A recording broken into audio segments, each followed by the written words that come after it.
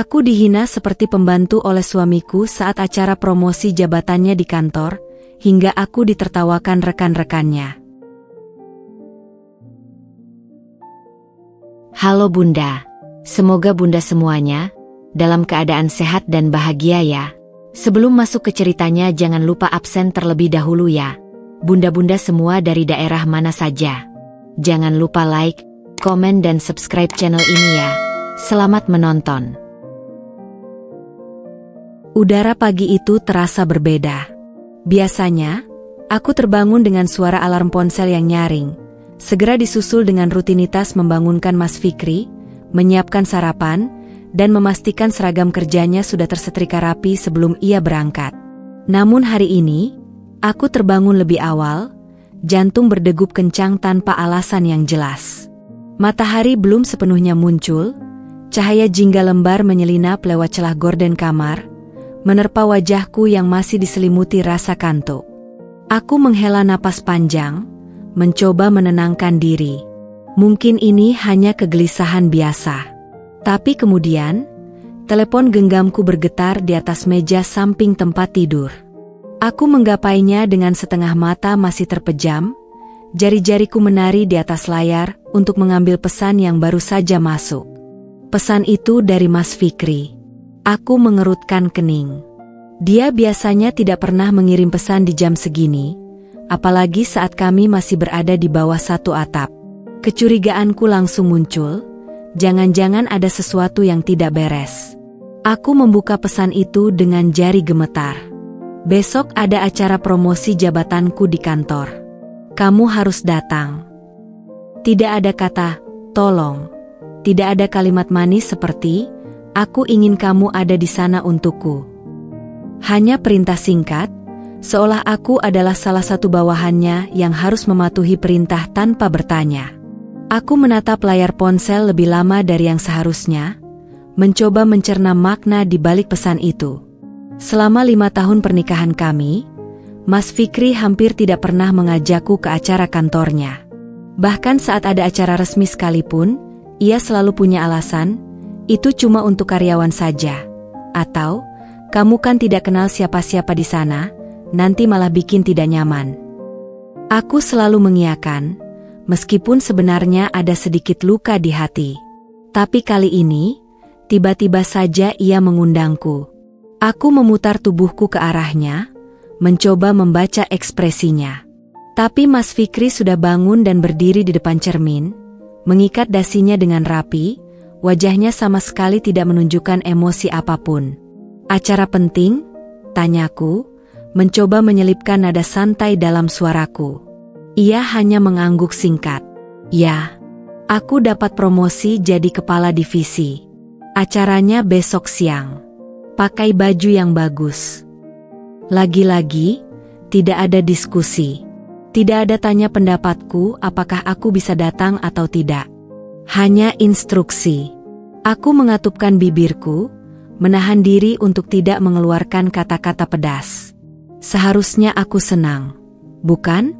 Suamiku baru saja dipromosikan, dan untuk pertama kalinya, ia mengizinkanku hadir dalam momen penting karirnya. Tapi mengapa rasanya seperti ada sesuatu yang tidak beres? Aku menarik napas dalam-dalam. Oke, aku akan datang. Ia bahkan tidak menoleh. Hanya berbalik badan dan berjalan keluar kamar, meninggalkanku sendiri dengan segudang pertanyaan yang bergelayut di pikiran. Aku menatap langit-langit kamar, mencoba menenangkan detak jantungku yang masih tidak karuan. Ada sesuatu yang tidak ia katakan. Aku bisa merasakannya. Tapi apa? Apakah ini hanya kekhawatiran berlebihan dari seorang istri yang terlalu lama diabaikan? Atau memang ada sesuatu yang sedang ia rencanakan? Aku tidak tahu. Tapi satu hal yang pasti, besok, aku akan datang ke acara itu. Dan aku akan melihat dengan mataku sendiri, apa sebenarnya yang ingin diperlihatkan oleh Mas Fikri padaku. Matahari sudah tinggi ketika aku akhirnya memutuskan untuk beranjak dari tempat tidur. Suara air mengalir dari kamar mandi memberitahu bahwa Mas Fikri sedang bersiap-siap, seperti biasa, tanpa mempedulikan apakah aku sudah bangun atau masih terlelap. Aku mengusap wajahku dengan kedua tangan, mencoba menghilangkan sisa kantuk yang masih menempel. Pikiranku langsung melayang ke pesan tadi pagi. Undangan yang seharusnya membuatku bahagia, tapi justru meninggalkan rasa tidak nyaman yang menggerogoti dari dalam. Aku berjalan ke lemari pakaian, membuka daun pintunya lebar-lebar. Pakaian-pakaianku tergantung rapi, sebagian besar adalah baju-baju sederhana yang kupakai sehari-hari. Tak banyak pilihan yang benar-benar pantas untuk acara kantor suamiku. Aku menghela napas. Sudah lama sekali aku tidak membeli baju baru. Uang belanja bulanan selalu kuprioritaskan untuk kebutuhan rumah tangga dan sedikit tabungan. Sementara Mas Fikri lebih sering menghabiskan gajinya untuk keperluan pribadi, jam tangan baru, makan di restoran mahal bersama rekan kerjanya, atau pakaian bermerek yang menurutnya penting untuk image-nya di kantor. Jari-jariku mengelus bahan sebuah dress hitam sederhana yang sudah kumiliki sejak sebelum menikah. Masih bagus, tapi mungkin terlalu polos untuk acara resmi. Aku menggeleng. Tidak, aku harus terlihat sempurna besok. Bukan untuknya, tapi untuk diriku sendiri. Aku tidak mau ada yang meremehkanku, apalagi di depan rekan-rekan kerjanya. Setelah memastikan Mas Fikri sudah berangkat, kuambil dompet kecil berisi uang tabungan yang kusimpan rahasia, uang hasil menjual beberapa kerajinan tangan yang kubuat di sela-sela waktu luang. Jumlahnya tidak banyak, tapi cukup untuk membeli satu dress yang layak. Mall pada hari kerja tidak terlalu ramai. Aku berjalan menyusuri lorong-lorong toko pakaian, mata jelalatan mencari sesuatu yang cocok. Seorang pramuniaga mendekat dengan senyum ramah. "Butuh bantuan, Bu?" Aku mengangguk. Saya mencari dress untuk acara kantor suami. Sesuatu yang elegan tapi tidak berlebihan. Ia segera membimbingku ke rak berisi gaun-gaun formal. Mataku tertarik pada sebuah dress biru navy dengan potongan sederhana namun elegan. Bahannya jatuh sempurna di tubuh, dan warnanya membuat kulitku yang sawo matang terlihat bersinar. "Cocok sekali untuk ibu," kata pramuniaga itu sambil membantu mencobanya. Aku berdiri di depan cermin besar, memeriksa setiap sudut. Dress ini memang cantik, tapi harganya membuat jari-jariku gemetar saat melihat labelnya. Ini akan menghabiskan hampir seluruh tabungan rahasiaku. Tapi kemudian bayangan Mas Fikri dengan rekan-rekan kantornya yang selalu berpakaian necis muncul di kepalaku. Aku mengepalkan tangan. "Saya ambil ini," kataku dengan suara lebih tegas dari yang kuduga. Sepanjang perjalanan pulang, bungkusan berisi dress biru itu terasa berat di tanganku. Bukan karena berat fisiknya, tapi karena segala pertanyaan yang terus menghantuiku. Mengapa tiba-tiba Mas Fikri menginginkanku hadir? Apakah ini pertanda ia mulai menghargaiku? Atau ada alasan lain? Sampai di rumah, ku gantung dress itu di belakang pintu kamar. Aku berdiri lama menatapnya, seperti menantikan jawaban dari selembar kain biru yang bisu. Besok akan menjadi hari yang penting, entah untuk kebanggaan atau kekecewaan. Dan aku, dengan dress biru baruku, akan siap menghadapi apapun yang terjadi. Malam itu, saat Mas Fikri pulang, ia bahkan tidak memperhatikan bungkusan yang sengaja kutaruh di tempat terbuka. Ia langsung masuk ke ruang kerjanya, sibuk dengan ponselnya seperti biasa. Aku hanya bisa menatapnya dari balik pintu yang terbuka sedikit, memendam segala pertanyaan yang mungkin tak akan pernah terjawab. Tapi besok, aku berjanji pada diriku sendiri. Apapun yang terjadi, aku akan berdiri tegak. Tidak lagi menjadi Dinda yang selalu dipandang sebelah mata. Tidak lagi. Kursi di barisan depan terasa dingin menusuk melalui bahan dress biru yang kupakai. Tanganku berkeringat, erat menggenggam tas kecil di pangkuanku. Suara riuh rendah percakapan memenuhi ballroom hotel mewah tempat acara ini digelar. Aku melirik ke sekeliling, mencoba mengenali wajah-wajah asing yang mungkin adalah rekan kerja Mas Fikri. Beberapa pasangan duduk dengan anggun di samping suami mereka, tertawa ringan sambil sesekali melontarkan pandangan penilaian ke arahku. Aku menarik napas dalam-dalam, berusaha menenangkan degup jantung yang tak karuan. Panggung di depanku dihiasi backdrop besar bertuliskan, PT Sentosa Jaya, Promosis Penghargaan Karyawan. Lampu sorot yang terlalu terang membuat silau, tapi aku tak berani mengalihkan pandangan. Setiap kali seseorang naik ke panggung untuk menerima penghargaan, telapak tanganku mulai berkeringat lagi. Kapan Mas Fikri akan dipanggil? Tiba-tiba, seorang wanita berdiri di sampingku. "Kamu istri Fikri, ya?" Suaranya nyaring, terdengar jelas di antara gemuruh suara sekitar. Aku mengangguk kaku. "Iya, saya Dinda." "Oh," matanya menyorot tajam, dari ujung kepala sampai ujung kaki. "Fikri sering cerita tentang kamu."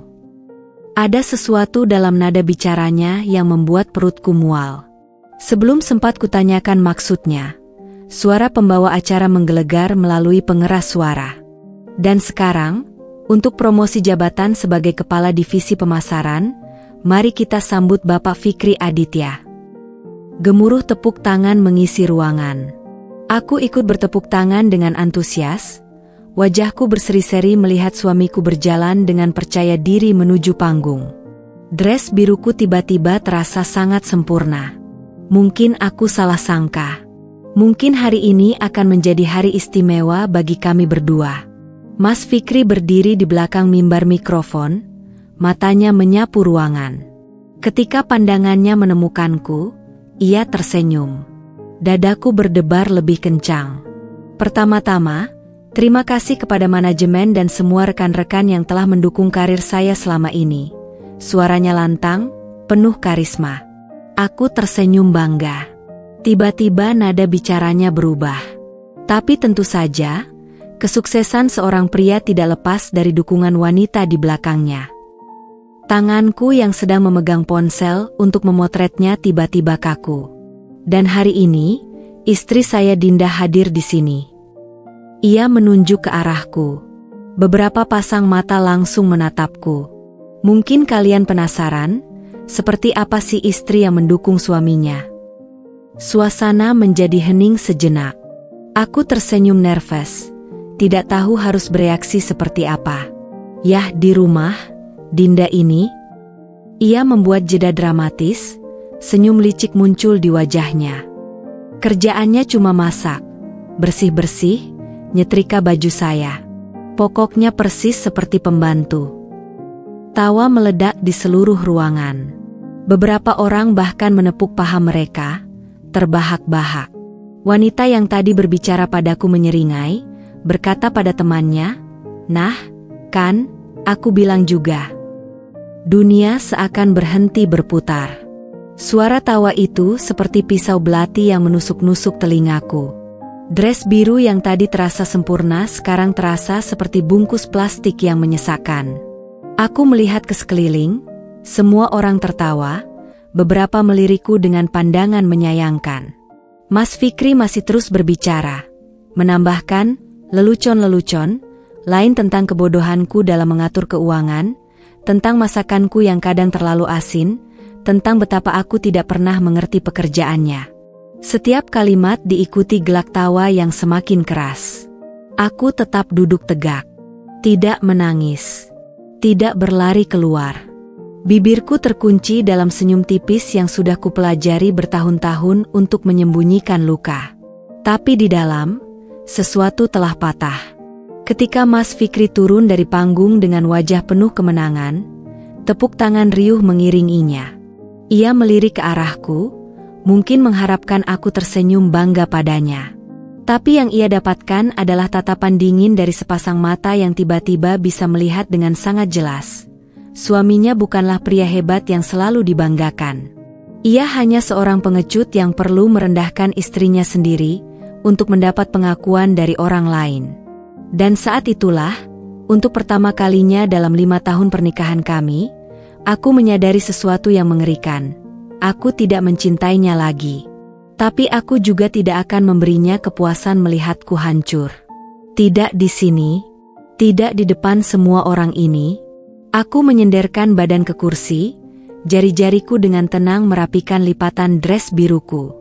Ada banyak cara untuk menjatuhkan seseorang. Dan aku akan memilih cara yang paling sempurna.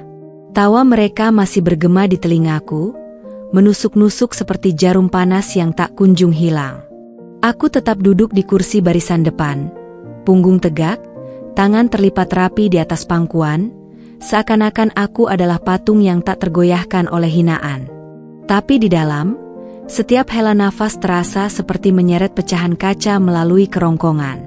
Kulitku terasa terbakar di bawah sorotan lampu panggung yang tiba-tiba terasa terlalu terang, terlalu panas. Wanita-wanita di sekelilingku saling berbisik, sesekali melirik arahku dengan senyum kecut yang penuh makna.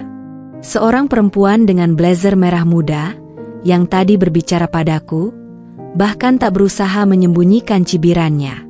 "Duh, kasihan ya," bisiknya pada temannya, tapi sengaja mengeraskan suara cukup untuk kudengar, ternyata cuma dianggap babu sama suaminya sendiri. Jari jemariku mengerat-erat tas kecil di pangkuanku, sampai buku-buku kuku memutih. Aku berusaha mengatur nafas, menarik udara melalui hidung dan menghembuskannya perlahan lewat mulut, seperti yang pernah kubaca di sebuah artikel tentang mengendalikan serangan panik. Tapi yang kurasakan bukan panik. Ini lebih dalam, lebih gelap, seperti lava yang mulai menggelegak di dasar gunung berapi yang lama tertidur. Acara masih berlanjut. Pembawa acara memanggil nama-nama berikutnya, tapi suaranya seperti datang dari ujung terowongan yang panjang. Pandanganku tertuju pada Mas Fikri yang sekarang duduk di baris khusus para penerima penghargaan.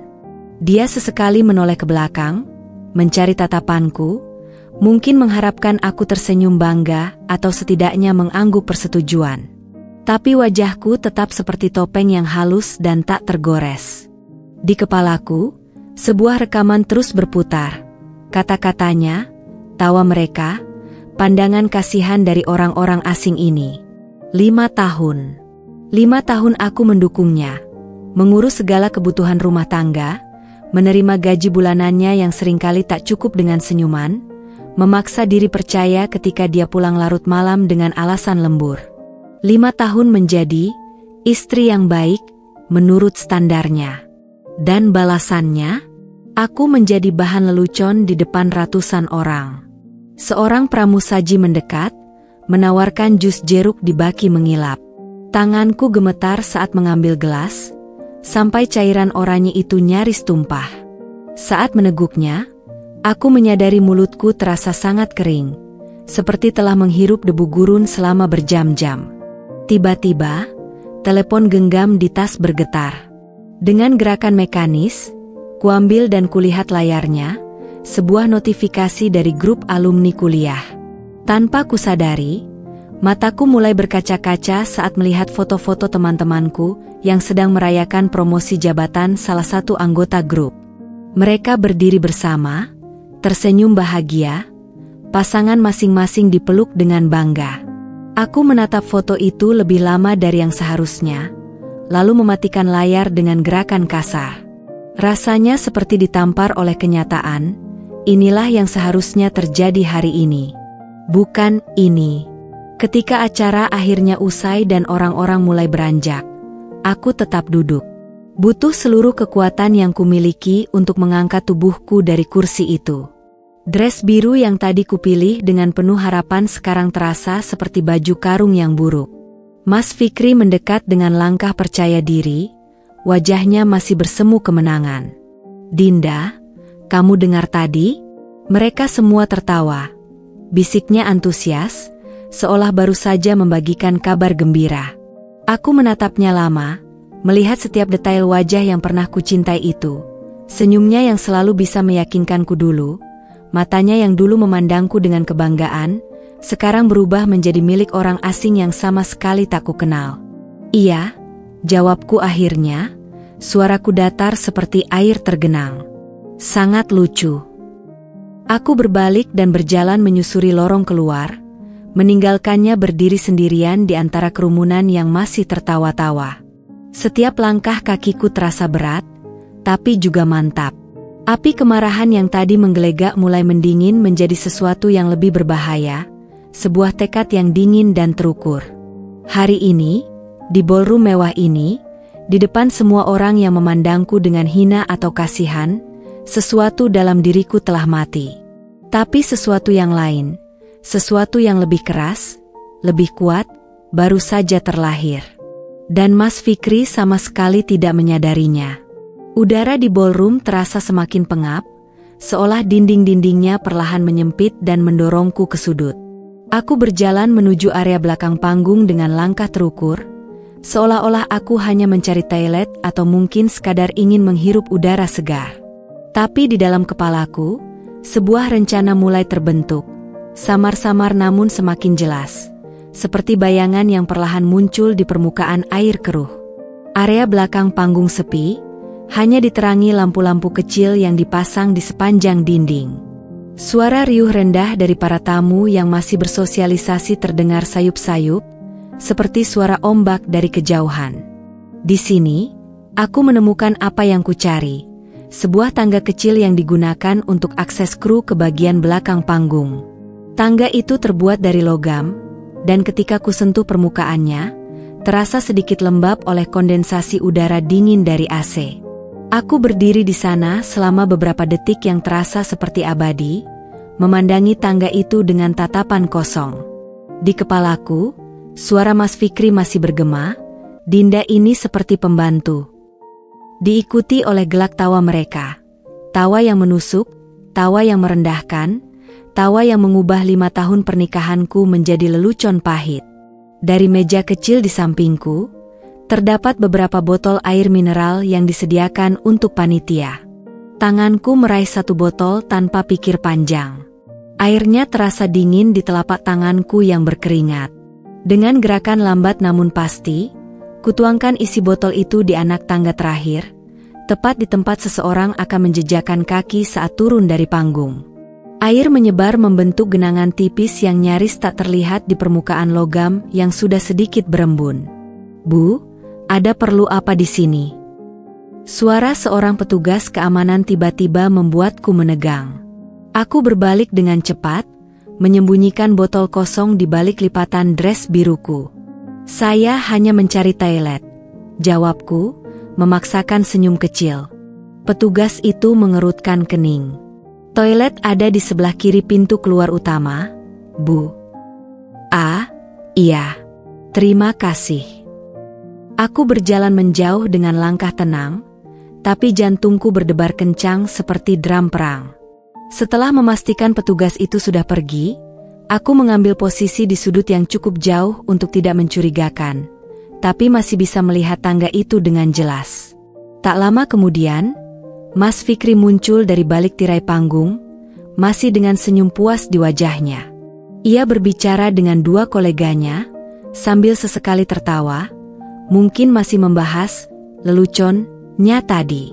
Mereka berjalan menuju tangga. Detik-detik itu terasa seperti adegan film yang diperlambat. Kaki Mas Fikri melangkah ke anak tangga pertama, kedua, lalu yang ketiga, anak tangga yang basah itu.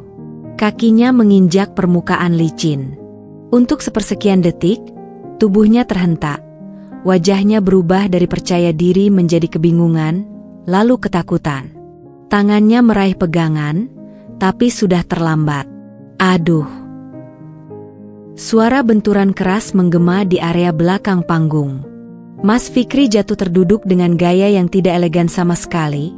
Pantatnya menghantam lantai dengan keras, sementara satu kakinya masih tersangkut di tangga dalam posisi aneh.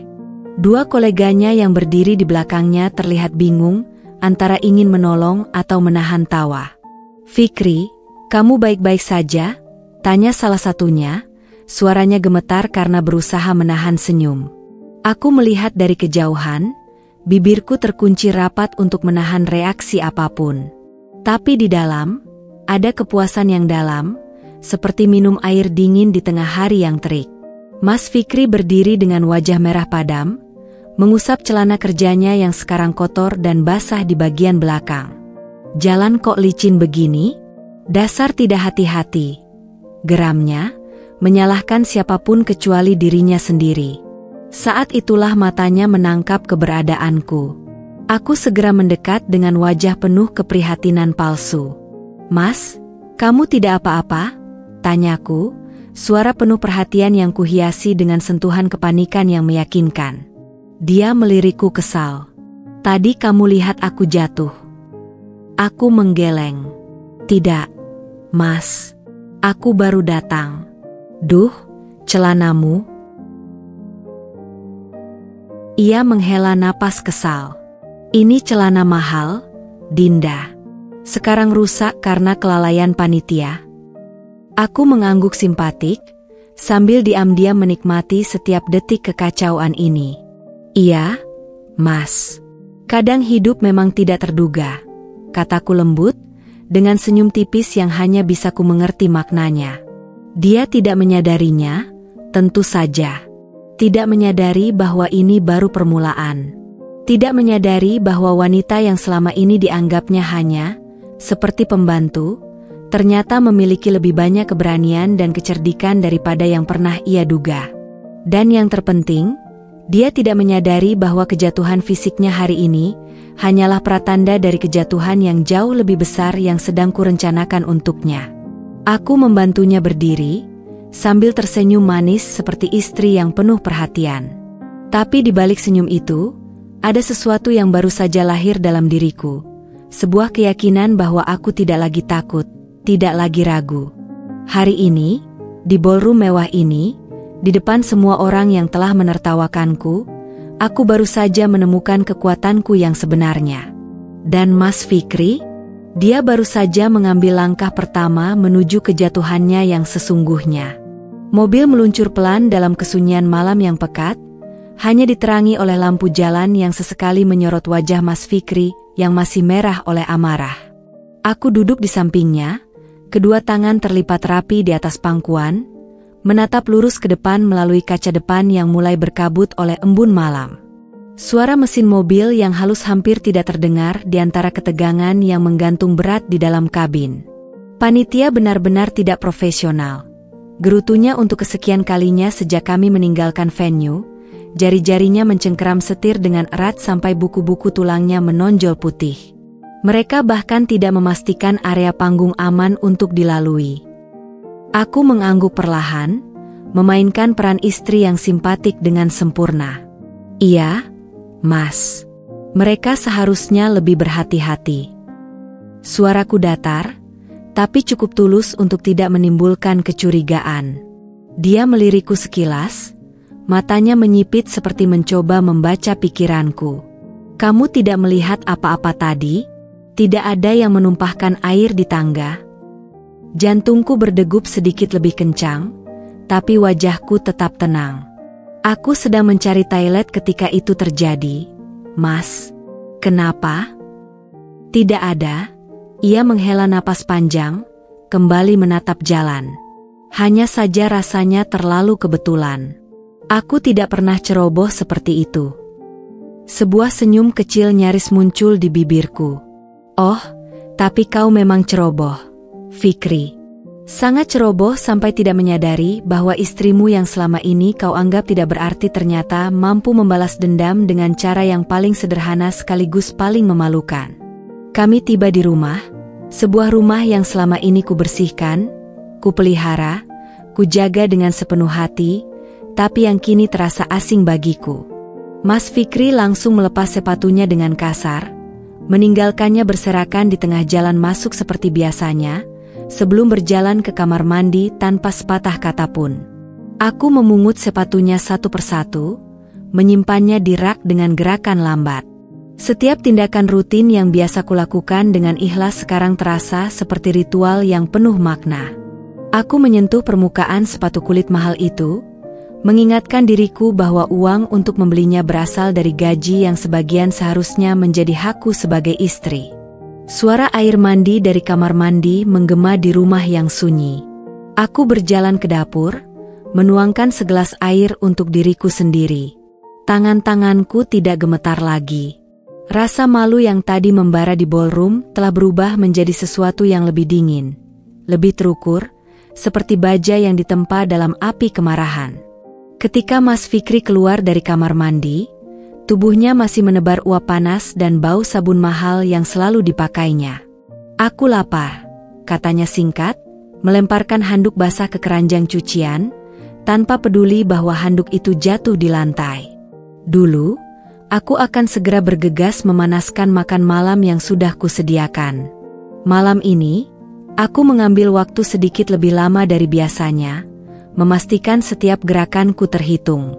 Makan malam sudah di meja, Mas, kataku tenang saat akhirnya menghidangkan makanan yang sudah kuhangatkan. Dia duduk di meja makan, mulai menyantap makanannya tanpa mengucapkan terima kasih.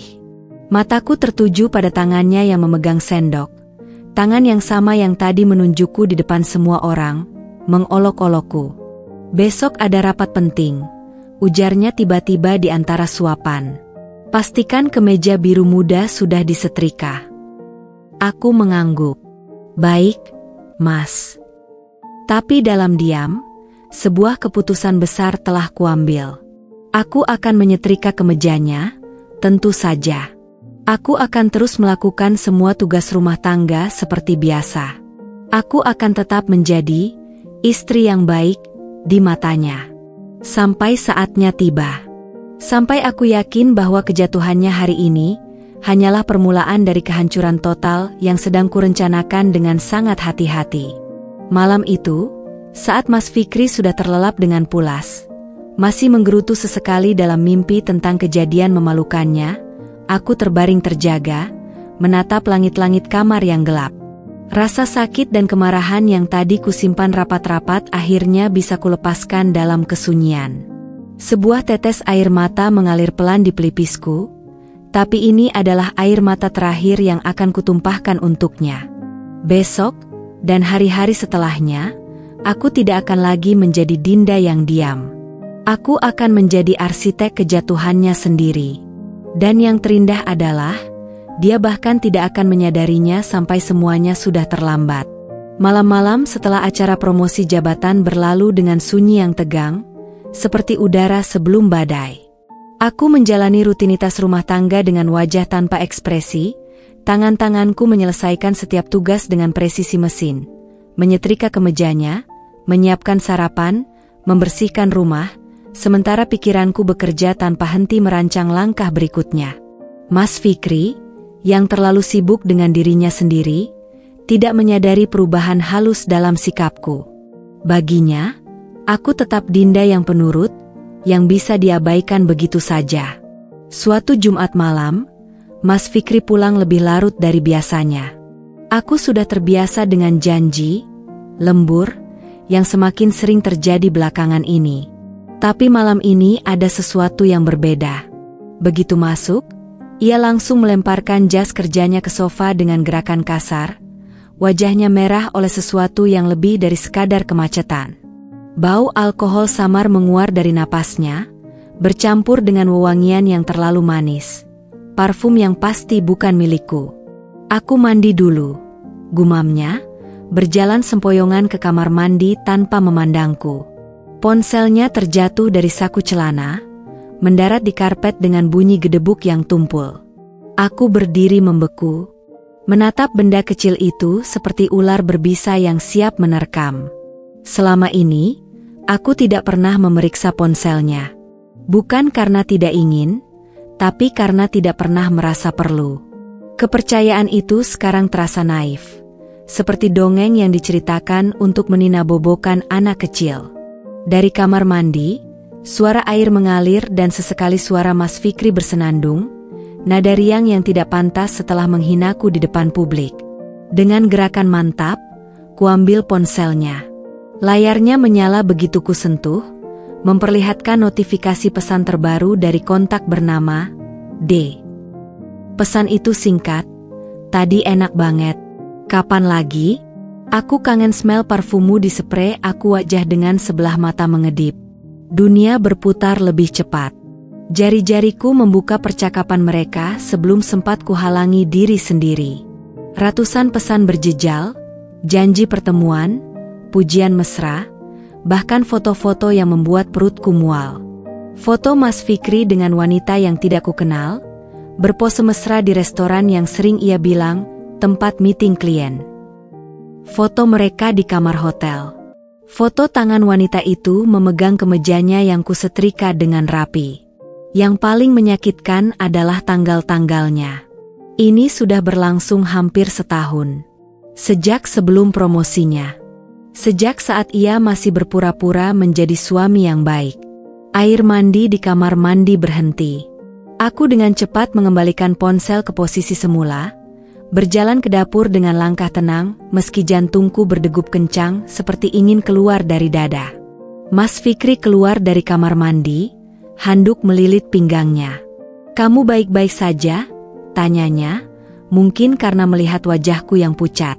"Aku cuma lelah, Mas," jawabku, memalingkan muka sambil memegang teko air yang gemetar. Dia mengangguk acuh, mengambil ponselnya dari lantai tanpa curiga. "Aku tidur dulu. Besok pagi ada meeting." Aku mengawasinya masuk ke kamar, mendengar suara tubuhnya terjatuh ke tempat tidur. Baru kemudian kusadari air panas dari teko yang kugenggam telah tumpah membasahi tanganku. Kulitku memerah, tapi rasa sakit fisik itu tidak berarti dibandingkan luka di dalam.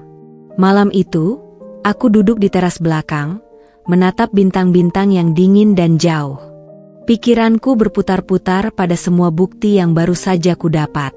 Perselingkuhannya, penghinaannya, semua kebohongan dan pengkhianatan selama ini. Tapi anehnya, tidak ada air mata yang keluar. Tidak ada teriakan yang ingin kulepaskan. Yang ada hanyalah ketenangan aneh, seperti seorang jenderal yang akhirnya menemukan kelemahan musuhnya di medan perang.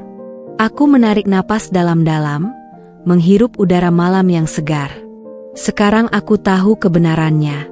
Dan dengan pengetahuan ini, aku bisa merencanakan balasanku dengan lebih sempurna. Dari wanita misterius itu, tidak tahu bahwa ia baru saja memberikanku senjata paling ampuh. Dan Mas Fikri, dia terlalu ceroboh sampai lupa bahwa istri yang dianggapnya hanya seperti pembantu, ini ternyata memiliki akses ke seluruh hidupnya. Keuangan, reputasi, bahkan rahasia-rahasianya yang paling gelap. Senyum tipis mengembang di bibirku saat bulan tersembunyi di balik awan, menyelubungi rumah kami dalam kegelapan. Biarlah mereka bersenang-senang malam ini. Karena besok, dan hari-hari setelahnya, akulah yang akan memegang kendali. Dan ketika saat pembalasan tiba, mereka akan tersadar, terlambat, bahwa mereka telah meremehkan orang yang salah. Matahari pagi menyelinap melalui celah gorden, menebar garis-garis emas di lantai kamar yang sunyi. Aku sudah terbangun sejak lama, duduk di tepi tempat tidur dengan tangan terkepal erat di pangkuan, menatap tubuh Mas Fikri yang masih terlelap. Napasnya teratur, wajahnya santai dalam tidur, begitu damai, seolah tidak ada dosa yang menggelayuti pundaknya. Ponselku bergetar di sampingku. Sebuah pesan dari bank tentang transaksi rutin, notifikasi biasa yang tiba-tiba terasa seperti tanda bahaya. Mataku beralih ke dompet Mas Fikri yang tergeletak di atas meja rias. Dengan gerakan hati-hati, kuambil dan membuka lipatannya.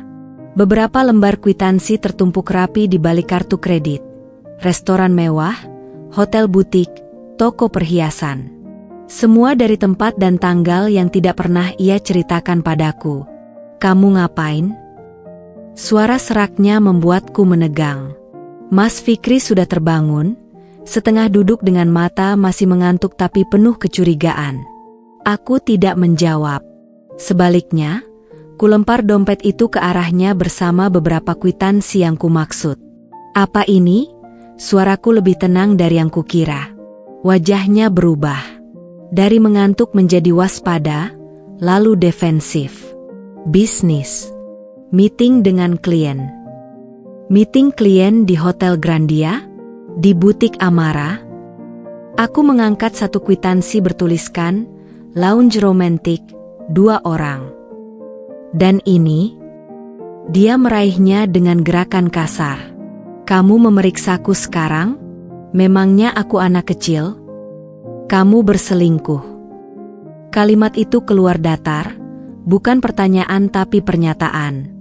Ruang kamar terasa menyempit. Mas Fikri menghela napas panjang, Lalu tiba-tiba wajahnya berubah. Bukan menyesal, tapi marah.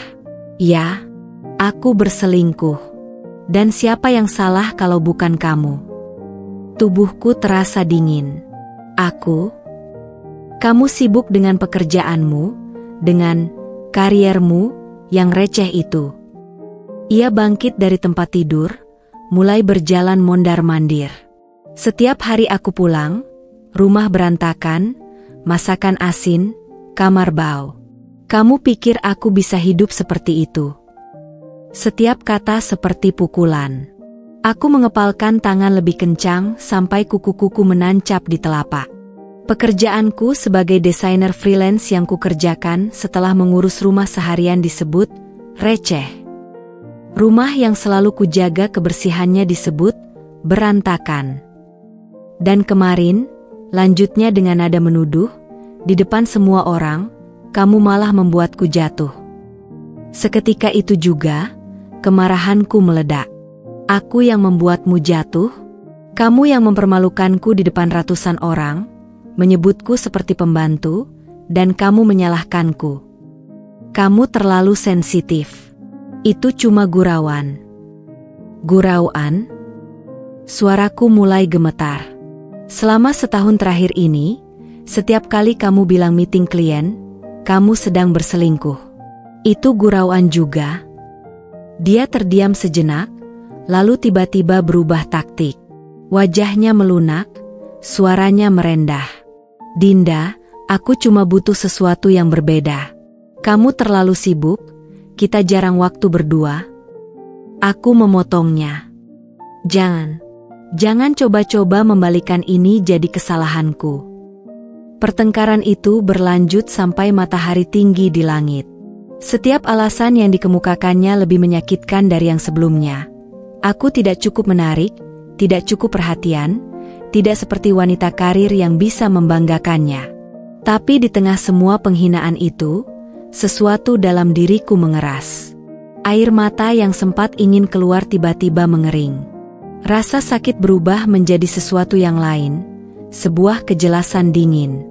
Ketika Mas Fikri akhirnya pergi dengan menggedor pintu, aku berdiri di tengah kamar yang berantakan akibat pertengkaran, menyadari satu hal penting, dia tidak menyesal. Tidak sedikit pun. Dan itu berarti aku juga tidak perlu menyesal untuk apa yang akan kulakukan selanjutnya. Dengan tangan stabil, kuambil laptopku dan mulai membuka semua dokumen keuangan keluarga, rekening bersama, investasi, asuransi. Semua yang selama ini kubiarkan sepenuhnya di bawah kendalinya. Senyum tipis mengembang di bibirku saat sebuah rencana mulai terbentuk di kepalaku. Jika dia ingin bermain api, maka aku akan pastikan dia yang terbakar. Babak baru dalam pernikahan kami baru saja dimulai. Dan kali ini, akulah yang memegang kendali. Malam itu, setelah pertengkaran yang mengoyak sisa-sisa ilusi pernikahan kami, rumah terasa sunyi secara tidak wajar. Aku duduk di lantai kamar kerja kecil yang biasa kugunakan untuk proyek desain freelance, dikelilingi oleh tumpukan dokumen dan layar laptop yang memancarkan cahaya biru pucat di kegelapan. Suara keyboard yang kutekuk dengan cepat adalah satu-satunya bunyi yang memecah kesunyian, seiring dengan detak jam dinding yang tak henti-hentinya berdetak, mengingatkanku bahwa waktu terus berjalan, dan aku tidak boleh menyia-nyiakannya. Layar demi layar terbuka di hadapanku, rekening bank bersama, riwayat transaksi kartu kredit Mas Fikri, bahkan akun media sosialnya yang selama ini kupikir tidak aktif. Ternyata, di balik ketidakpeduliannya terhadap teknologi, ada kehidupan digital yang cukup aktif dengan nama samaran. Foto-foto dengan perempuan yang kukenal sebagai D, dari pesan singkat itu bertebaran di akun Pinterest pribadinya, terselip di antara koleksi desain interior dan gambar mobil mewah. Aku menyimpan setiap bukti dengan metodikal precision, screenshot, download, backup di beberapa tempat berbeda. Satu folder rahasia di cloud, satu flash disk yang kusimpan di tempat aman, bahkan satu set printout yang kuselipkan di balik bingkai foto pernikahan kami yang sudah berdebu. Ironi terasa pahit di lidah. Bukti pengkhianatannya tersimpan aman di balik senyum kami yang dipaksakan dalam bingkai mahal itu. Tiba-tiba, Sebuah email masuk membuatku terkesiap. Dari bank, mengenai pengajuan kredit yang tidak ku ketahui. Aku membukanya dengan jari yang sedikit gemetar. Ternyata Mas Fikri telah mengajukan pinjaman besar atas nama kami berdua minggu lalu, menggunakan rumah sebagai jaminan. Nilainya membuat mataku berkedip, hampir 0,5 miliar. Untuk apa? Pencarian lebih dalam mengungkap kebenaran yang lebih pahit. Ada beberapa transaksi mengalir ke akun developer apartemen premium di kawasan bisnis. Apartemen yang jelas bukan untuk kami, karena alamatnya berbeda. Mungkin untuk D? Atau mungkin ini persiapan untuk meninggalkanku? Angin malam berdesir melalui jendela yang terbuka sedikit, membuat bulu kuduku berdiri. Tapi bukan karena dingin, melainkan karena realisasi mengerikan yang tiba-tiba menyergapku. Selama ini aku berfokus pada dendam kecil, pada pembalasan yang bersifat personal dan emosional. Tapi apa yang di hadapanku sekarang jauh lebih besar. Sebuah pengkhianatan finansial yang bisa menghancurkan hidupku sepenuhnya jika tidak kuhadapi dengan kepala dingin. Aku meminum tegukan air putih yang sudah hangat, mencoba menenangkan pikiran. Di dinding depan, bayanganku terpantul samar-samar di kaca jendela, seorang perempuan dengan rambut acak-acakan, mata berkantung tapi penuh tekad. Perlahan, sebuah rencana mulai terbentuk di kepalaku, lebih matang dan terstruktur dari sekadar membuatnya jatuh dari panggung. Pertama, perlindungan finansial. Aku harus memisahkan aset-aset yang bisa kuselamatkan sebelum terlambat. Tabungan kecil hasil kerjaku sebagai freelancer harus segera dipindahkan. Kedua, bukti. Tidak hanya bukti perselingkuhannya, tapi juga bukti penyalahgunaan keuangan keluarga. Ketiga, dukungan hukum. Aku perlu berkonsultasi dengan pengacara perceraian terbaik yang bisa kubayar, diam-diam tentu saja. Dan yang terpenting, kesabaran. Aku tidak bisa terburu-buru. Setiap langkah harus dihitung, setiap gerakan harus tepat sasaran. Dari luar, terdengar suara mobil memasuki garasi. Mas Fikri pulang. Dengan beberapa klik cepat, aku menutup semua dokumen dan menyembunyikan flash disk di balik laci rahasia yang kubuat sendiri di balik lemari buku. Ketika pintu depan terbuka, aku sudah berada di dapur, pura-pura menyiapkan teh seperti istri yang penuh perhatian. Wajahnya merah oleh alkohol, matanya berbinar dengan kemenangan kecil yang tidak ku ketahui. "Kamu masih bangun?" tanyanya, melemparkan kunci mobil ke meja dengan bunyi keras. Aku tersenyum, senyum palsu yang sudah mulai kukuasai dengan sempurna. "Aku buatkan teh, Mas, biar tidak mabuk besok pagi." Dia mengangguk puas, tidak menyadari bahwa di balik sikap penurutku, sebuah rencana besar sedang disusun. Ketika dia menenggak teh itu dengan gegabah, mataku tertuju pada jam dinding. Tik, tok, tik, tok. Waktu terus berjalan. Dan permainanku baru saja dimulai.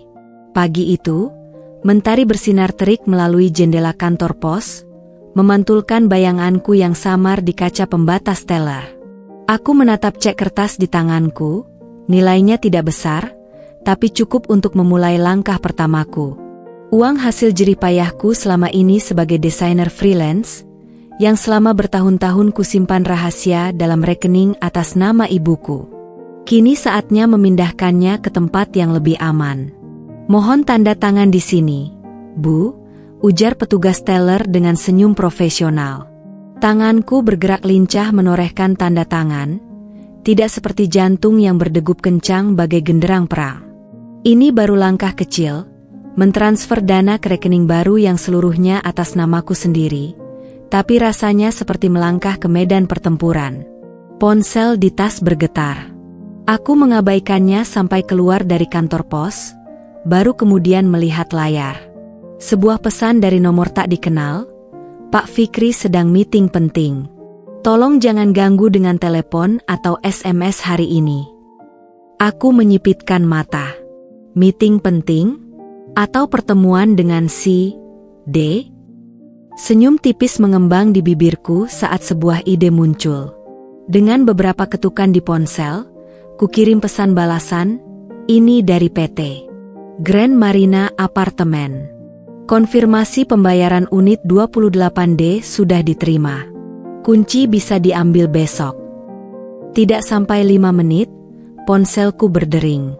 Mas Fikri sendiri, suaranya panik. Dinda, kamu dapat pesan apa tadi? Siapa yang kirim? Loh, Mas kan sedang meeting penting, jawabku manis. Aku dapat info apartemen saja. Kayaknya salah kirim nomor. Dia terdiam sejenak.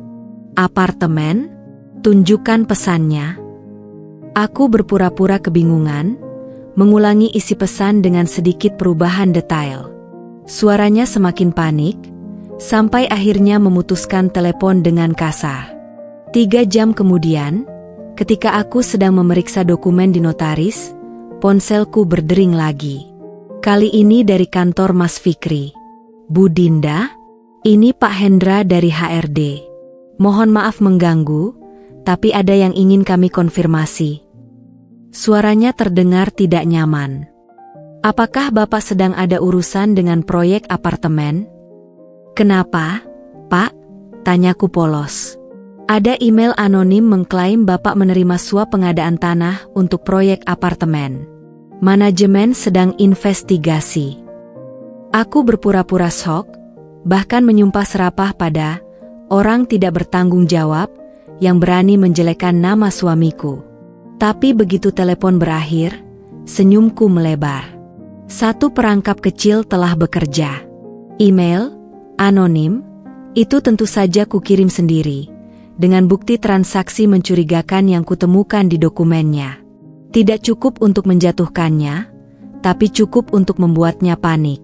Sore itu, Mas Fikri pulang lebih awal dengan wajah pucat. Ada yang aneh, gumamnya sambil melemparkan tas kerja ke sofa. Seseorang menyebar fitnah ke kantor. Fitnah apa, Mas? Aku menghidupkan teko air, menyiapkan teh seperti biasa. Dia menggeleng. Omong kosong tentang proyek apartemen. Aku harus ke kantor besok pagi untuk klarifikasi. Air matanya tiba-tiba muncul, air mata buaya yang kurecognize dengan mudah setelah bertahun-tahun mengenalnya. Dinda, kalau sampai karirku hancur. Aku duduk di sampingnya, menepuk punggungnya dengan lembut. Tenang, Mas. Pasti ada yang iri dengan promosi kamu. Tapi dalam diam, hatiku bersorak. Ini baru permulaan. Ketika malam tiba dan Mas Fikri terlelap karena stres, aku membuka laptop dan memeriksa email baru. Sebuah balasan dari pengacara yang kuhubungi diam-diam minggu lalu. Berdasarkan dokumen yang Ibu berikan, kami memiliki dasar kuat untuk gugatan cerai dengan pembagian harta 70-30 menguntungkan Ibu. Khususnya setelah menemukan transaksi tidak sah ini. Lampiran berisi dokumen pembelian cincin berlian seharga 80 juta rupiah, 2 minggu setelah ulang tahunku yang ia lewatkan dengan alasan dinas. Aku menatap layar, lalu memandang Mas Fikri yang sedang mendengkur. Karma memang tidak datang sekaligus. Ia menyelinap pelan, seperti embun pagi yang menggerogoti daun, sampai seluruh pohon akhirnya tumbang dengan sendirinya. Dan aku hanya mempercepat prosesnya. Dengan satu klik, kukirim balasan ke pengacara, silakan lanjutkan persiapan gugatan. Saya akan mengumpulkan lebih banyak bukti. Layar laptop tertutup, meninggalkan bayangan wajahku yang tenang di permukaannya yang mengilap. Di luar jendela, bulan sabit menggantung seperti senyum tipu muslihat. Senyum yang sama yang kini menghiasi bibirku. Malam ini, untuk pertama kalinya sejak acara penghinaan itu, aku bisa tidur nyenyak. Senin pagi yang biasanya sibuk dengan rutinitas menyiapkan sarapan dan setrikaan untuk Mas Fikri, kali ini kulewati dengan duduk tenang di teras belakang. Secangkir kopi hangat di tangan, kusaksikan matahari perlahan mengintip dari balik pagar rumah kami, rumah yang mungkin tak lama lagi akan menjadi milikku sepenuhnya. Ponsel di sampingku bergetar, menampilkan notifikasi dari aplikasi bank. Transferan terakhir dari rekening bersama sudah berhasil kupindahkan ke akun rahasia. Senyum tipis mengembang di bibirku saat mengecek saldo, jumlah yang cukup untuk memulai hidup baru.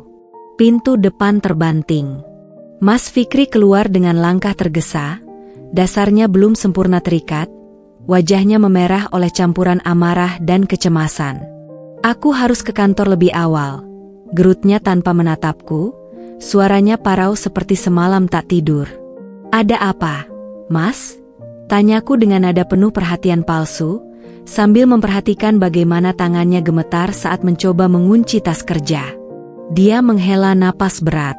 Masalah di kantor. Ada isu tidak enak. Tanpa penjelasan lebih lanjut, dia masuk ke mobil dan pergi dengan kecepatan yang melebihi batas. Aku segera mengambil laptop dan membuka email. Sebuah pesan masuk dari nomor tak dikenal.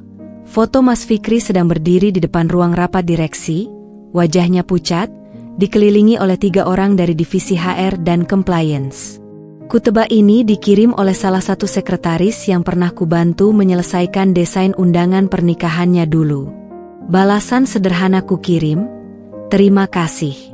Tunggu paket kecil dari saya minggu depan. Sore itu, Mas Fikri pulang dengan wajah yang lebih suram dari pagi. Langkahnya gontai saat melepas sepatu, tanpa semangat seperti biasanya. Aku dengan sabar menunggu di sofa, berpura-pura sibuk dengan desain grafis di laptop. Dipecat?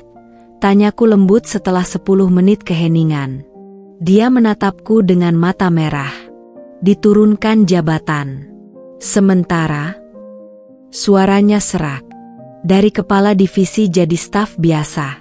Gaji dipotong 40%. Rasanya ingin tertawa melihat ekspresinya yang hancur, tapi ku kendalikan diri. Kenapa bisa begitu? Masalah proyek apartemen itu. Dia menjatuhkan diri ke kursi, tangan menutupi wajah. Ada email anonim ke direksi tentang dugaan suap. Mereka investigasi, temukan beberapa transaksi tidak jelas. Aku mengangguk pelan, berpura-pura simpatik sambil menikmati setiap detik kejatuhannya. Tapi kan Mas tidak melakukan kesalahan? Tidak penting, bentaknya tiba-tiba. Yang penting sekarang reputasiku hancur. Aku dikucilkan. Bahkan sekretaris saja sekarang bicara dengan nada merendahkan. Oh, betapa manisnya mendengar pengakuan ini. Persis seperti yang kurasakan setelah pidato memalukannya dulu. Karma memang bekerja dengan cara yang puitis. Malam itu, sementara Mas Fikri terlelap karena kelelahan emosional, aku membuka media sosialnya diam-diam. Akun pribadinya penuh dengan komentar pedas dari rekan kerja. Seorang kolega bahkan mentegnya di postingan meme tentang tikus kantor. Yang lebih menggemaskan, si D ternyata sudah menghapus semua foto mereka berdua dan mengubah nama akunnya. Dengan hati ringan, kunggah satu persatu bukti perselingkuhannya ke folder cloud khusus. Screenshot percakapan mesra, foto-foto di hotel, bahkan resip pembelian cincin berlian untuk wanita itu. Semua diatur rapi dengan tanggal dan penjelasan. Keesokan harinya, badai semakin menjadi. Sebuah panggilan dari HRD memintanya datang segera. Aku dengan setia menawarkan untuk mengantarnya, tentu saja hanya untuk menyaksikan langsung kehancurannya. Di lobi kantor yang megah itu, aku duduk tenang sambil memperhatikan bagaimana setiap orang menghindari Mas Fikri. Bahkan lift yang penuh tiba-tiba menjadi longgar ketika dia masuk. Tidak ada yang mau berdiri dekat dengannya. Wanita yang dulu menertawakanku di acara promosi jabatan, si blazer merah muda, kali ini malah memberiku senyum simpatik. Ibu kuat ya, bisiknya sambil lalu. Ketika Mas Fikri keluar dari ruang direksi 1 jam kemudian, wajahnya seperti mayat hidup. Aku diskors tanpa gaji selama 3 bulan, gumamnya dalam perjalanan pulang. Mereka bilang masih perlu investigasi lebih lanjut. Aku mengangguk, berpura-pura sedih sambil menyetir. Tapi di dalam, hatiku menari-nari. Ini baru tahap awal. Masih ada begitu banyak bab yang harus dia jalani dalam kejatuhannya. Kehilangan jabatan hanyalah pembuka. Ketika kami tiba di rumah, teleponnya berdering. Dari layar kulihat nama D muncul. Dengan gerakan kasar, dia menolak panggilan dan mematikan ponselnya. "Oh, ada apa?" tanyaku dengan kepolosan yang dipaksakan. Dia menggeleng, masuk ke kamar dan mengunci diri. Tak lama kemudian, suara barang-barang pecah terdengar dari dalam. Aku berdiri di depan pintu kamar, mendengarkan amukannya dengan senyum puas. Di tangan, ponselku menampilkan draft email yang akan kukirim ke HRD besok, lengkap dengan bukti perselingkuhan dan penyalahgunaan dana perusahaan untuk wanita simpanannya. Karma memang tidak datang sekaligus. Ia menyusun langkah-langkah kecil yang akhirnya membentuk tangga menuju kehancuran total. Dan aku dengan senang hati menjadi arsiteknya. Hujan deras menghantam atap rumah sepanjang malam, menciptakan irama monoton yang seolah menyoraki kejatuhan Mas Fikri. Aku duduk di ruang tamu yang gelap, hanya diterangi cahaya laptop yang memantulkan wajahku yang tenang. Spreadsheet keuangan terbuka di layar. Kolom-kolom angka itu bercerita lebih banyak daripada kata-kata, tentang pengkhianatan, kebohongan, dan sekarang, kehancuran finansial yang mulai menyapu kehidupan kami.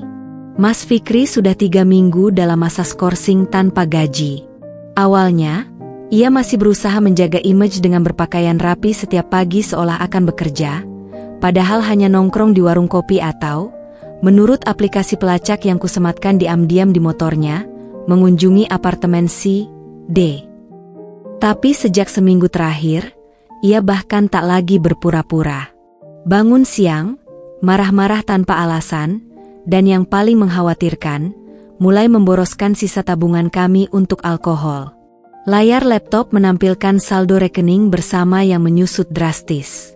Transfer besar sebesar 50 juta rupiah 3 hari lalu ke akun dengan nama Devina Wijaya, nama lengkap D, yang ku ketahui setelah menyelidiki lebih dalam.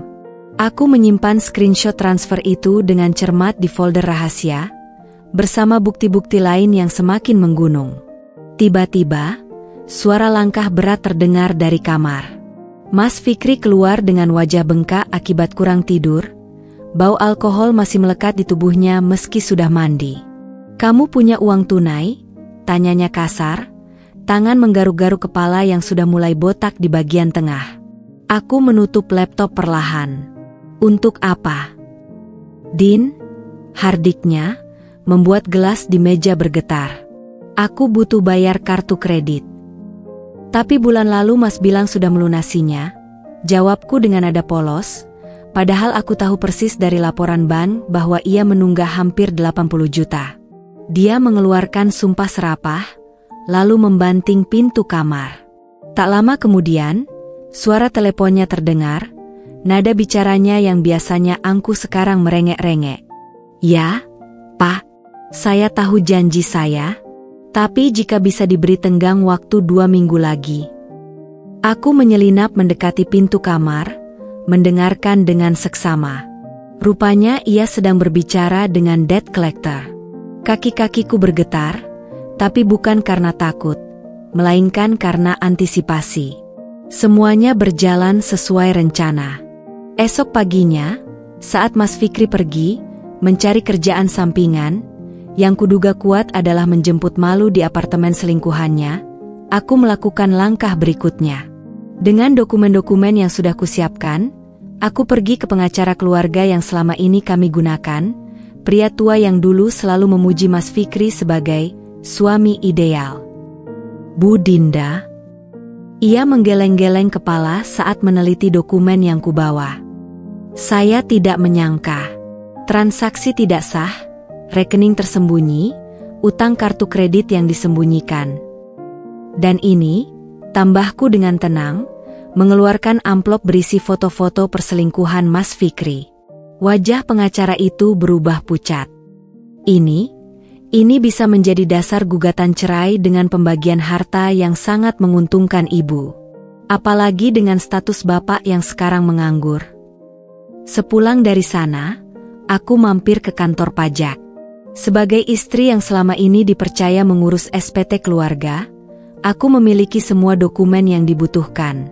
Seorang petugas dengan ramah membantuku memisahkan NPWP, langkah kecil namun signifikan menuju kemandirian finansial. Sore itu, badai benar-benar pecah. Mas Fikri pulang dengan wajah lebih merah dari biasa. Tanpa basa-basi, ia mengacungkan ponsel ke hadapanku. "Kamu yang mengurus pajak kita? Lalu kenapa ada surat tagihan pajak 80 juta? Aku mengerutkan kening, berpura-pura tidak mengerti. "Aneh, Mas. Setiap tahun kita selalu lunas tepat waktu. Mungkin ada kesalahan sistem?" Dia menghempaskan tubuhnya ke sofa, tangan menutupi wajah. "Ini tidak mungkin terjadi. Utang kartu kredit, tagihan pajak, cicilan rumah." Aku duduk di sampingnya, menahan dorongan untuk tersenyum. "Mas, tenang saja. Kita pasti bisa menyelesaikan ini bersama." Kata-kata kosong yang sama yang pernah diucapkannya padaku saat pertama kali ketahuan berselingkuh, kini ku kembalikan padanya dengan bungkus yang sama persis. Malam itu, sementara Mas Fikri terlelap karena kelelahan dan stres, aku membuka brankas kecil di balik lemari pakaian. Surat-surat berharga, sertifikat rumah, perhiasan emas, polis asuransi, satu persatu kumasukkan ke dalam tas khusus. Besok akan kusimpan di safe deposit box atas nama ibuku. Di luar jendela, hujan masih turun deras. Tetapi di dalam hatiku, matahari bersinar terang, menerangi jalan menuju kebebasan yang semakin dekat. Setiap tagihan yang menumpuk, setiap utang yang terungkap, setiap aset yang berhasil kuselamatkan, semuanya adalah batu loncatan menuju kehidupan baru. Kehidupan di mana aku tidak lagi menjadi si pembantu rumah tangga dalam lelucon suamiku, melainkan sang protagonis yang akhirnya memegang kendali atas takdirnya sendiri. Pagi itu, aroma kopi yang biasa kuracik untuk Mas Fikri digantikan oleh bau obat nyamuk yang menyengat. Aku duduk di teras belakang, menikmati roti panggang sederhana sambil menatap ponsel yang baru saja bergetar dengan notifikasi dari aplikasi bank. Transfer terakhir dari rekening bersama telah berhasil kusalurkan ke akun baru atas nama ibuku. Angkanya mungkin tidak seberapa bagi sebagian orang, tapi bagiku, itu adalah simbol kemandirian yang baru saja kupetik setelah bertahun-tahun tergantung secara finansial. Dari dalam rumah, suara bentakan Mas Fikri mengoyak kedamaian pagi. "Dinda, kamu pindahin dokumen-dokumenku?" Aku menyelesaikan gigitan terakhir roti sebelum menjawab dengan suara tenang, "Tidak, Mas. Mungkin terselip di antara berkas-berkas lain." Dia muncul di pintu teras dengan wajah merah padam, rambut acak-acakan, mengenakan kaos oblong yang sudah kusam, jauh berbeda dari penampilan necis yang selalu dijaganya dulu. "Jangan main-main. Aku butuh surat-surat tanah itu sekarang." "Untuk apa?" tanyaku sambil menyeruput teh hangat, menikmati kepanikannya yang semakin menjadi. Untuk urusan kerjaan," bantahnya, tapi matanya bergerak tak menentu, tanda klasik bahwa ia sedang berbohong. Aku mengangguk perlahan, berpura-pura percaya. Sebenarnya aku tahu persis untuk apa dokumen-dokumen itu. Semalam, saat mengintai ponselnya yang tertinggal di kamar mandi, kulihat deretan pesan panik dari si D yang menuntut uang. Rupanya wanita muda itu tak setia pada Mas Fikri yang kini jatuh miskin.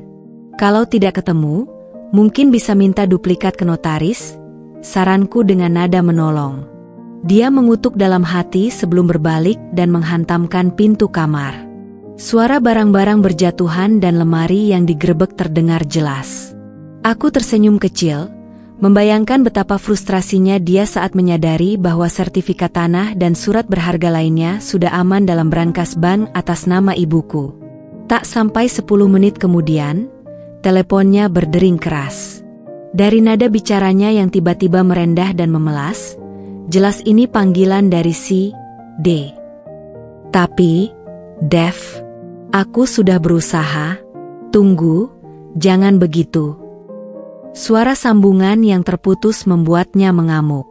Gelas di meja samping tempat tidur pecah berkeping-keping di lantai. Aku berdiri di balik pintu, mendengarkan setiap detil kehancuran hubungan terakhir yang masih dipegangnya. Beberapa jam kemudian, dengan wajah hancur dan mata merah, Mas Fikri keluar dari kamar. "Aku perlu uang," katanya dengan suara serak. "Untuk apa?" tanyaku lagi, meski sudah tahu jawabannya. Dia menatapku dengan mata berbinar aneh.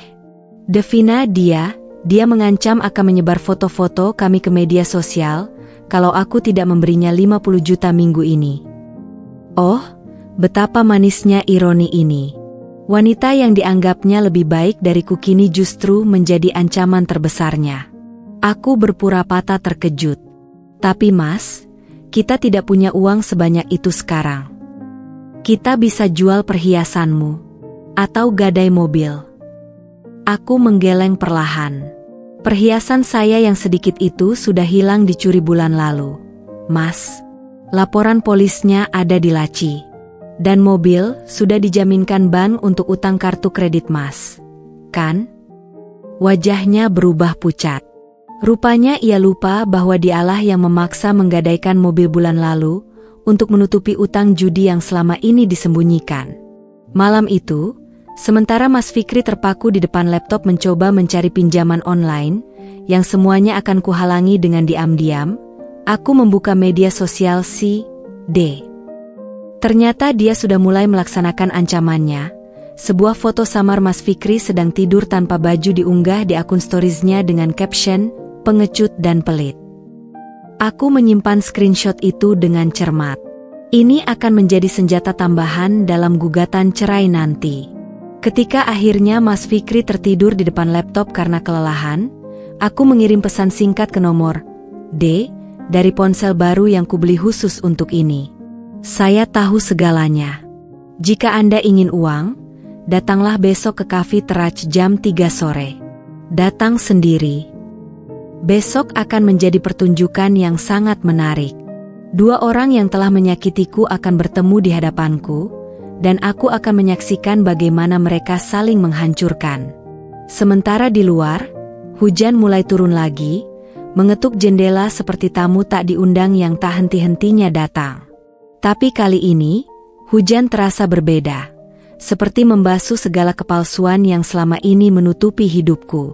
Besok, setelah pertemuan itu, tidak akan ada lagi yang tersisa antara kami kecuali tumpukan dokumen perceraian dan kenangan pahit yang perlahan akan kutinggalkan. Dan untuk pertama kalinya dalam bertahun-tahun, aku bisa bernapas lega. Matahari pagi menyinari dapur dengan lembut ketika tanganku sibuk menyiapkan sarapan sederhana. Sejak skorsing tanpa gaji Mas Fikri, kebiasaan makan kami berubah drastis. Daging mahal dan buah impor diganti telur dadar dan tempe goreng. Tapi anehnya, aku justru merasa lebih bahagia dengan kesederhanaan ini. Setiap gigitan terasa seperti kebebasan kecil dari kehidupan mewah palsu yang selama ini kami jalani. Ponsel di atas meja bergetar. Sebuah pesan dari Devina, wanita yang selama ini menjadi selingkuhan Mas Fikri. Isinya pendek tapi menusuk. "Kalau sampai jam 12 transfernya belum masuk, semua foto dan chat kalian akan aku upload di IG Story. Pilihan ada di tangan kamu." Aku menyimpan pesan itu dengan hati berdebar. Seminggu terakhir, aku diam-diam memantau komunikasi mereka melalui aplikasi pelacak yang kusematkan di ponsel Mas Fikri. Hubungan mereka yang dulu mesra kini berubah menjadi transaksi kotor. Devina memeras, Mas Fikri merengek. Dari kamar tidur, suara langkah berat terdengar. Mas Fikri muncul dengan wajah pucat dan mata berkantung. Bau alkohol masih melekat meski sudah mandi. "Ada telepon masuk tadi pagi?" tanyanya was-was. "Tidak ada, Mas," jawabku sambil menuangkan kopi panas ke dalam cangkirnya yang sudah retak di pinggiran. Dia meremas-remas pelipisnya. "Aku harus keluar sebentar. Urusan penting." "Sebelum sarapan?" "Tidak sempat," bentaknya sambil menyambar kunci motor. Aku mengintip dari balik tirai jendela saat dia melaju dengan kasar. Tentu saja aku tahu kemana tujuannya, ke apartemen Devina di kawasan Menteng. Semalam, saat Mas Fikri terlelap, kususupkan kartu SIM cadangan ke dalam ponselnya. Sekarang setiap percakapan mereka terekam di ponselku. Tak sampai setengah jam kemudian, dering telepon masuk. Suara Mas Fikri yang panik membuatku tersenyum. "Dinda, kamu masih punya perhiasan emas? Yang simpanan darurat?" "Mas, perhiasanku sudah habis dijual untuk bayar utang kartu kredit bulan lalu," jawabku dengan nada polos. Dia mengumpat kasar sebelum menutup telepon. Siang itu, sambil membereskan rumah, aku menyimak percakapan mereka melalui aplikasi penyadap. Suara Devina yang dulu manja kini dingin dan penuh ancaman. "Gue nggak peduli kamu harus jual ginjal. FIK, duit gue harus balik hari ini juga. Tapi, Dev, aku sedang kesulitan. Jangan banyak alasan. Atau foto mesra kita akan dapat banyak like di sosmed." Suara bentakan dan tangisan terdengar sebelum percakapan terputus. Malam harinya, Mas Fikri pulang dengan wajah lebih hancur dari pagi. Matanya merah, pakaiannya kusut, dan ada goresan kecil di pipi, seperti bekas cakaran. "Mas," panggilku lembut. Dia terjatuh di sofa, tangan menutupi wajah. Dia benar-benar gila, mengancam akan menghancurkan hidupku. Aku duduk di sampingnya, menahan dorongan untuk menyeringai. "Siapa, Mas?" Dia menggeleng, tak mampu mengatakannya. Tapi aku tak perlu penjelasan. Seluruh drama itu terekam sempurna di ponselku. Ancaman Devina, rengekan Mas Fikri, bahkan suara tamparan yang terdengar jelas sebelum dia diusir dari apartemen itu. Ketika Mas Fikri akhirnya tertidur lelah di sofa, aku membuka media sosial Devina. Seperti dijanjikan, beberapa foto intim mereka sudah diunggah di akun Instagram Stories-nya. Wajah Mas Fikri yang tak sadar diri di atas tempat tidur, dengan caption menyakitkan, "Lihat nih calon suami orang, boros duit tapi pas bayar pelit. Hati-hati sama doi ya girls." Aku menyimpan setiap bukti dengan cermat. Besok pagi, saat Mas Fikri terbangun, dia akan menemukan bahwa karir, kekasih, dan harga dirinya telah hancur berantakan. Dan aku akan tetap di sini, berpura-pura sebagai istri setia yang bersedih, sambil menyiapkan dokumen terakhir untuk gugatan cerai yang akan menghancurkan sisa-sisa kehidupannya. Di luar jendela, bulan purnama bersinar terang, seolah menyoroti jalan baru yang sedang kubuka untuk diriku sendiri, jalan yang bebas dari kebohongan, pengkhianatan, dan lelucon menyakitkan tentang pembantu rumah tangga. Besok akan menjadi hari terakhirku sebagai Dinda yang lemah. Dan aku sudah tak sabar untuk menyambut fajar itu. Pagi itu, langit Jakarta terlihat kelabu, seakan turut berduka atas kejatuhan yang sedang terjadi di dalam rumah kami. Aku duduk di meja makan, jari-jariku mengetuk permukaan kayu dengan ritme tak menentu sambil menunggu ketel air mendidih. Sudah seminggu sejak foto-foto mesra Mas Fikri dan Devina tersebar di media sosial, dan efeknya seperti domino yang jatuh beruntun. Telepon dari kolega, keluarga, bahkan tetangga berdatangan, beberapa menyampaikan simpati, tapi kebanyakan hanya ingin memuaskan rasa ingin tahu mereka. Mas Fikri sendiri seperti mayat hidup. Dia berkeliaran di rumah dengan piyama yang sama selama 3 hari, menolak mandi, dan hanya sesekali mengunyah makanan yang kusajikan. Bau alkohol dan keringat bercampur menjadi aroma menyengat yang memenuhi seluruh ruangan. Aku membiarkan jendela tetap terbuka lebar, membiarkan angin segar, juga kenyataan pahit, masuk dengan leluasa. Ponsel di atas meja bergetar. Sebuah pesan dari HRD perusahaan Mas Fikri muncul di layar. "Mohon kehadiran Bapak besok jam 9 untuk pembahasan terminasi kerja." Aku menarik napas dalam-dalam. Ini saat yang kutunggu-tunggu. Dengan hati-hati, kusimpan ponsel itu kembali ke tempatnya, memastikan tak ada jejak bahwa aku telah membacanya. Biarlah dia menerima kabar ini secara langsung, tanpa persiapan, tanpa pertahanan. Ketika Mas Fikri akhirnya muncul dari kamar dengan mata bengkak dan rambut acak-acakan, kusodorkan segelas air putih dan obat sakit kepala. "Ada telepon penting untukmu tadi pagi," kataku dengan suara datar. Dia mengangkat kepala, matanya berbinar sedikit harapan. "Dari kantor?" Aku mengangguk. Mereka menelepon 2 kali. Sepertinya ada urusan penting. Tanpa berkata lagi, dia menyambar ponselnya dan masuk kembali ke kamar. Aku bisa mendengar suaranya yang awalnya penuh harap, lalu berubah menjadi bingung, dan akhirnya putus asa. "Tapi Pak, saya sudah bekerja selama 8 tahun. Ini hanya kesalahpahaman." Suara tangisnya yang tiba-tiba pecah membuatku mengepalkan tangan. Ini bukan tangisan penyesalan, tapi tangisan kehilangan status dan gaji bulanan. Aku tahu karakter suamiku terlalu baik untuk menyadari kesalahannya sendiri. Ketika dia keluar lagi, wajahnya seperti orang yang baru menerima vonis mati. "Aku dipecat," bisiknya, dengan alasan melanggar kode etik perusahaan. Aku berpura-pura terkejut.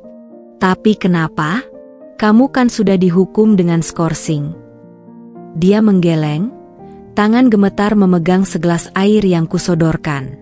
"Mereka bilang foto-foto dengan Devina merusak reputasi perusahaan. Dan ada temuan baru tentang penyalahgunaan dana proyek." "Oh, tentu saja ada temuan baru." Berkas-berkas yang kukirimkan secara anonim ke divisi audit internal seminggu yang lalu. Lengkap dengan bukti transfer ke rekening Devina yang dicatut dari dana proyek.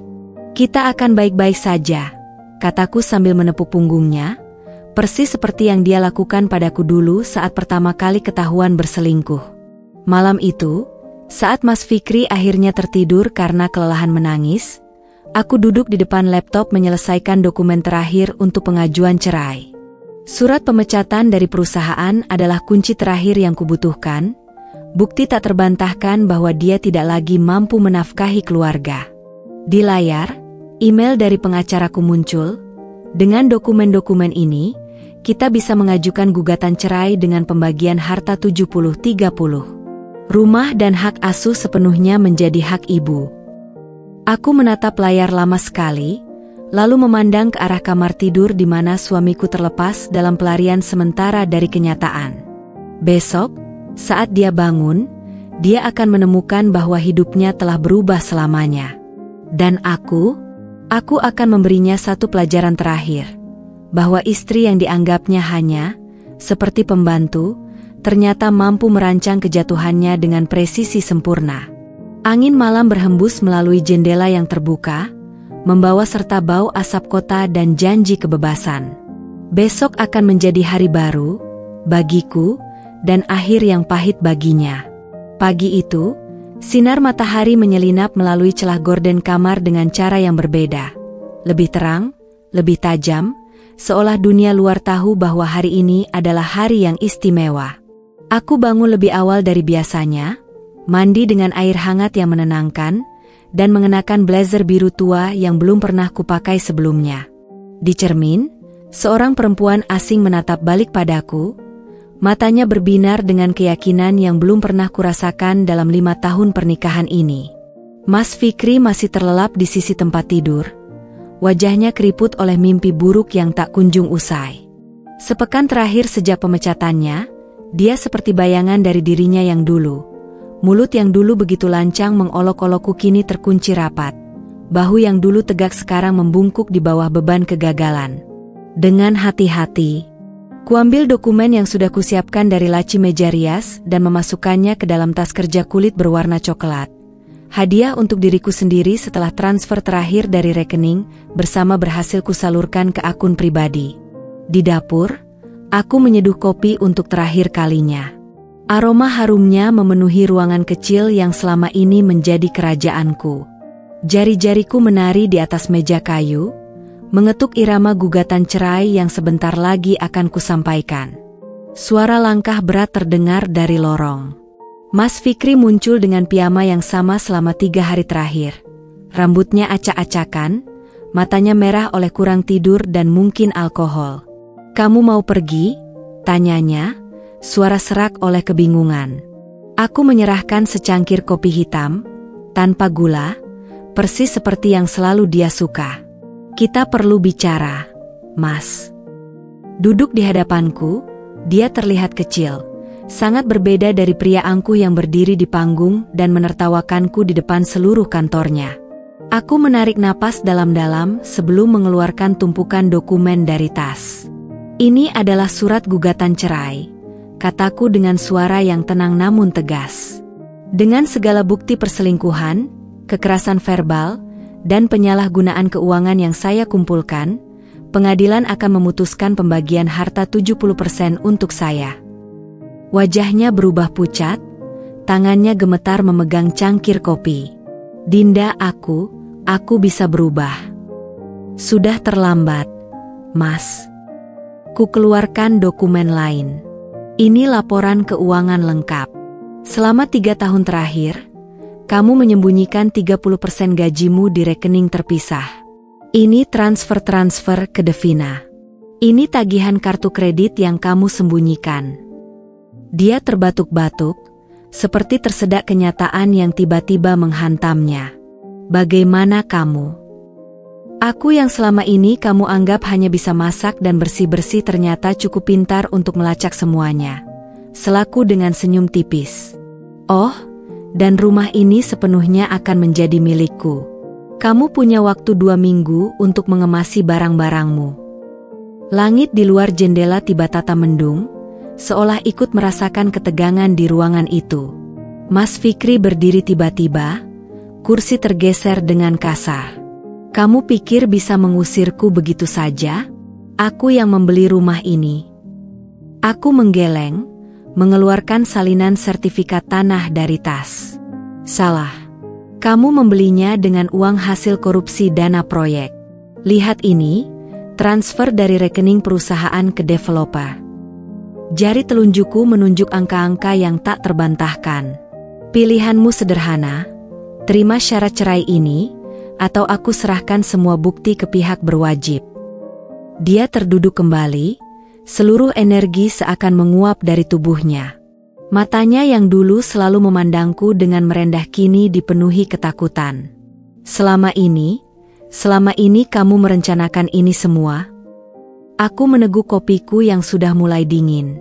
Sejak kamu berdiri di panggung itu dan menertawakanku di depan semua orang.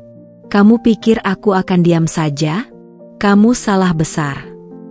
Dari jendela, sinar matahari kembali muncul, menyinari wajahku yang tenang dan tubuhnya yang gemetar. Aku berdiri, merapikan blazer biru tuaku. Semua dokumen sudah difotokopi untukmu. Pengacaraku akan menghubungimu besok. Aku melangkah menuju pintu, lalu berbalik sebentar. Oh ya, untuk informasi, pekerjaan freelanceku selama ini cukup menghasilkan. Aku bahkan sudah membuka rekening tabungan sendiri. Jadi jangan khawatir, aku akan baik-baik saja. Pintu tertutup perlahan di belakangku, meninggalkan Mas Fikri yang hancur di meja dapur, persis seperti yang pernah kulakukan 5 tahun lalu saat pertama kali dia menghinaku di depan umum. Di luar, udara pagi terasa segar di kulit. Langkahku mantap menuju mobil yang sudah kusita resmi melalui pengadilan minggu lalu. Saat mesin menyala, radio memutar lagu lama tentang kebebasan. Aku tersenyum, menikmati setiap detik kemenangan ini. Ini baru permulaan. Kehidupan baru menungguku di depan, tanpa hinaan, tanpa pengkhianatan, dan yang terpenting, tanpa seorang suami yang menganggapku hanya sebagai pembantu rumah tangga. Dan untuk pertama kalinya dalam bertahun-tahun, aku benar-benar bebas. 6 bulan telah berlalu sejak surat cerai resmi dinyatakan berkekuatan hukum. Aku berdiri di depan rumah kami, kini sepenuhnya milikku, menyaksikan petugas pengadilan yang sedang menyegel beberapa kotak terakhir berisi barang-barang Mas Fikri untuk dikirim ke alamat barunya, sebuah kamar kos sederhana di pinggiran kota. Angin musim kemarau berhembus pelan, membawa serta debu dan kenangan yang perlahan kulupakan. Dia sendiri tidak hadir pada hari ini. Setelah segala aib yang menimpanya, kehilangan pekerjaan, skandal perselingkuhan yang viral, hingga pengadilan yang memenangkanku, Mas Fikri memilih menghilang dari peredarannya. Kabar terakhir yang kudengar dari mantan koleganya, dia bekerja sebagai sales di sebuah perusahaan multilevel marketing dengan gaji yang bahkan tidak cukup untuk membayar cicilan motor bekasnya. Aku memandangi rumah yang kini sunyi, dinding-dindingnya telah kucat ulang dengan warna-warna terang yang kusuka, lantainya yang kuganti dengan keramik baru, dan ruang tamu yang kubah seluruhnya tanpa menyisakan sedikit pun jejak kehadirannya. Proses renovasi ini kulakukan perlahan. Setiap pukulan palu dan setiap sapuan kuas seolah membersihkan bukan hanya fisik rumah, tapi juga luka-luka di hati yang selama ini kubawa. Ponsel di saku bergetar. Sebuah pesan dari kantor desain tempatku sekarang bekerja penuh waktu sebagai kepala divisi kreatif. Selamat, Bu Dinda. Klien sangat puas dengan presentasi tadi pagi. Mereka menyetujui seluruh konsep dan budget. Jari jemariku yang dulu hanya terbiasa memegang alat-alat rumah tangga kini lincah, membuat desain yang dihargai jutaan rupiah. Nama kecilku yang dulu hanya disebut sebagai istrinya Mas Fikri, kini dikenal di industri kreatif. Petugas pengadilan memberi hormat sebelum pergi. Semua sudah selesai, Ibu. Surat serah terima barang sudah ditandatangani. Aku mengangguk, menyerahkan amplop tipis berisi tips yang kusiapkan. Ketika truk kecil itu menghilang di ujung jalan, rasanya seperti bab terakhir sebuah buku yang akhirnya bisa kututup untuk selamanya. Di teras rumah, kudapati ibuku sedang menyiram tanaman-tanaman baru yang kami tanam bersama minggu lalu. Sudah selesai? Tanyanya dengan mata berbinar. Sudah, Bu. Dia mendekat, memelukku erat. Kamu kuat sekali, Dinda. Ayahmu pasti bangga. Di pelukannya, kusadari air mata yang mengalir di pipiku, bukan air mata sedih, melainkan kelegaan. 5 tahun pernikahan yang penuh kepura-puraan akhirnya berakhir dengan kemenanganku. Malam itu, di tengah kebahagiaan sederhana makan malam bersama ibuku di meja makan yang sudah kuganti, telepon tak dikenal muncul di layar ponsel. Suara Mas Fikri yang dulu perkasa kini terdengar parau dan kecil. Dinda, aku. Apa yang kamu inginkan, Fikri? Namanya saja kusebut, tanpa embel-embel, Mas, lagi. Dia terdiam lama. Aku ingin meminta maaf. Untuk semuanya. Aku memandang sekeliling rumahku yang baru, hidupku yang sekarang penuh dengan kemungkinan-kemungkinan baru. Maaf diterima, jawabku akhirnya, tapi itu tidak mengubah apapun. Hidupku sekarang jauh lebih baik tanpamu. Sebelum dia sempat menjawab, kuakhiri panggilan itu. Tak ada lagi yang perlu dikatakan. Di luar jendela, bulan purnama bersinar terang, menyinari jalan baru yang terbentang di hadapanku. Aku tersenyum, menikmati secangkir teh hangat yang kubuat untuk diriku sendiri, teh dengan takaran gula yang pas, persis seperti yang kusuka. Akhirnya, setelah sekian lama hidup dalam bayang-bayang lelucon tentang pembantu rumah tangga, aku menemukan kebahagiaan sejati, menjadi tuan atas takdirku sendiri. Dan untuk itu, tidak ada penyesalan, tidak ada amarah, hanya kedamaian yang sempurna.